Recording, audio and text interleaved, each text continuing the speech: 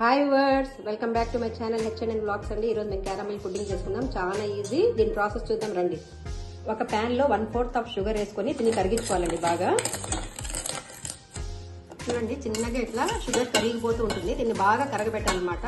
కొంచెంసేపు కలుపుతూనే ఉండాలి, ఒక 10 మినిట్స్ దాకా. దీన్నే క్యారమలైజ్డ్ షుగర్ అంటారండి.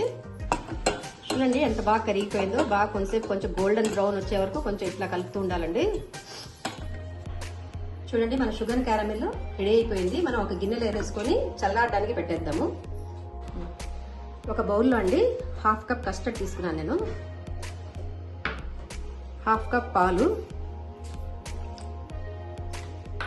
1/2 కప్ చిలికిన పెరుగు తీసుకున్నానండి. అంతే 1/2 కప్ కండెన్స్డ్ మిల్క్ తీసుకున్నాను.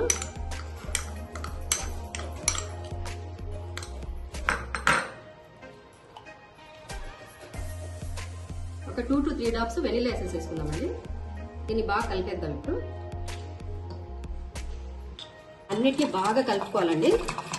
అన్ని బాగా కలిసిపోవాలా. క్యారమలైజ్డ్ షుగర్ ఉంది కదండి, అది కరిగించిన షుగర్, దాని మీద ఇది వేసేయాలండి.